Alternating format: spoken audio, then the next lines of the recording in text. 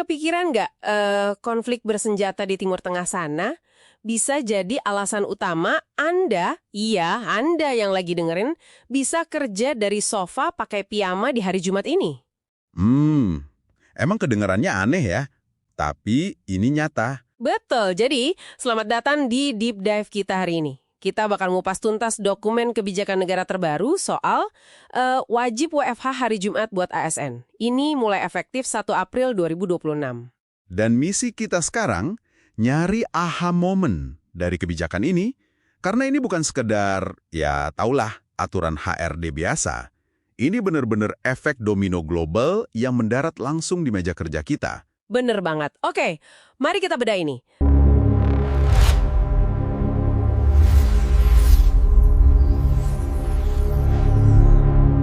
Kalau kita bicara soal perubahan rutinitas tadi, kita harus mundur sedikit buat lihat pemicu mendesaknya. Hari Jumat di pemerintahan itu ibarat kita nyalain AC kenceng-kenceng, tapi jendelanya dibuka lebar. Iya, boros banget kan? Banget. Kita bakar BBM, bakar anggaran operasional kantor buat jutaan pegawai yang jalan ke kantor. Padahal output pelayanan mereka di hari Jumat itu secara historis ya anjlok drastis menjelang akhir pekan. Nah, yang menarik di sini adalah gimana pemborosan energi itu nabrak langsung sama situasi geopolitik global. Maksudnya yang konflik di Timur Tengah tadi? Iya, betul. Di awal 2026 ini kan eskalasi konflik di sana makin parah ya, sampai ngancem blokade Selat Hormuz. Wah, itu kan urat nadinya distribusi minyak dunia. Tepat sekali. Begitu jalur itu tersendat, harga minyak dunia langsung terbang. Saya baca proyeksinya aja udah tembus sampai $115 AS per barel loh. Gila, $115. Dan karena kita impor minyak jauh lebih banyak dari yang kita produksi, lonjakan harga ini otomatis nguras APBN kita habis-habisan ya. Itu dia, mimpi buruk fiskal. Karena pemerintah kita nggak bisa ngontrol harga minyak dunia, mereka harus putar otak. Gimana caranya? Ya dengan nekan permintaan di dalam negeri. Oh, dengan maksa orang buat diam di rumah. Betul. Secara teori ini namanya strategi demand side management. Dan ini agresif banget memang. Iya, biarpun Anda bukan pegawai negeri, coba bayangin aja jalanan ibu kota tiba-tiba kosong melompong tiap hari Jumat. Skala potongannya masif loh.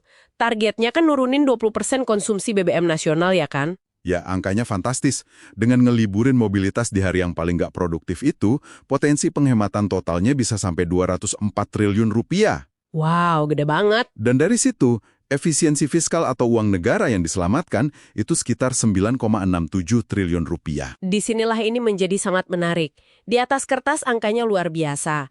Tapi praktiknya gimana? Kita kan tahu godaannya. Jangan-jangan WFH Jumat ini berisiko cuma jadi kedok libur akhir pekan 3 hari secara diam-diam buat jutaan pegawai. Nah, ini memunculkan pertanyaan penting. Gimana pemerintah mencegah ini melumpuhkan pelayanan negara? Jawabannya ada di pengawasan digital yang ketat.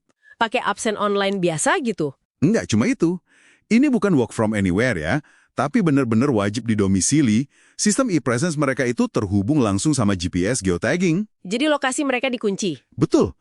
Anda wajib ada di radius domisili yang udah terdaftar. Kalau atasan ngontak dan Anda nggak respons, itu langsung dihitung sebagai pelanggaran disiplin. Wah, berarti nggak bisa tuh cerita balas email sambil road trip keluar kota buat liburan. Sama sekali nggak bisa. Terus buat mastiin layanan esensial nggak lumpuh, ada sektor yang tetap wajib hadir fisik. Kayak tenaga kesehatan gitu ya? Iya, nakes, polisi, perbankan, sama jabatan kewilayahan kayak camat, lurah, kepala desa. Mereka kan ujung tombak kepemimpinan akar rumput, jadi harus tetap di lapangan. Tapi ada satu ironi sih di sini. Ironi gimana maksudnya? Kebijakan ini kan nyelamatin uang negara, tapi justru mencekik sektor lain. Tunggu, mencekik gimana? Bukannya pekerja malah untung ya karena hemat ongkos bensin sama makan siang? Oh, buat pekerja memang iya. Dalam istilah akademisnya ini disebut tabungan pencegahan. Pekerja nahan uangnya. Tapi coba Anda bayangin warung makan, kafe, atau retail UMKM di kawasan bisnis elit kayak Sudirman atau Tamrin. Ah iya, konsumen utama mereka hilang drastis tiap hari Jumat. Betul. Uang yang dihemat pekerja itu nggak berputar lagi di kawasan perkantoran. Efeknya ya ngebunuh sirkulasi ekonomi lokal di sana. Jadi apa arti dari semua ini? Intinya, kebijakan WFH Jumat ini sebenarnya strategi bertahan hidup tingkat tinggi dari krisis energi global. cuma dibungkusnya rapi banget, pakai nama fleksibilitas birokrasi digital. Iya, itu adaptasi paksa yang brilian sekaligus brutal. Dan info penting nih, buat Anda yang di sektor swasta, ini sangat relevan. Oh iya, surat edaran Menaker itu ya, yang ngimbau swasta buat ngikutin jejak pemerintah. Tepat. Menariknya, cara mereka dorong ini, tanpa bikin undang-undang yang kaku, adalah nawarin win-win solution.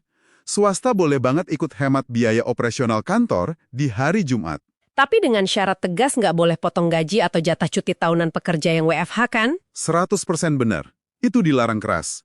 Wah, ini benar-benar pergeseran yang masif sih.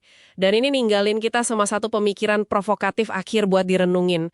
Kalau pemantauan WFH pakai GPS dan berbasis output ini beneran terbukti sukses, nurunin emisi dan hemat triliunan tanpa ngerusak kualitas layanan publik?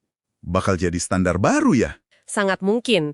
Mungkinkah krisis energi 2026 ini pada akhirnya bakal jadi katalis yang secara permanen ngebunuh konsep kawasan perkantoran elit di masa depan? Menarik banget buat dipikirin. Coba Anda pikirin itu sambil nikmatin kopi Jumat pagi langsung dari dapur rumah Anda sendiri.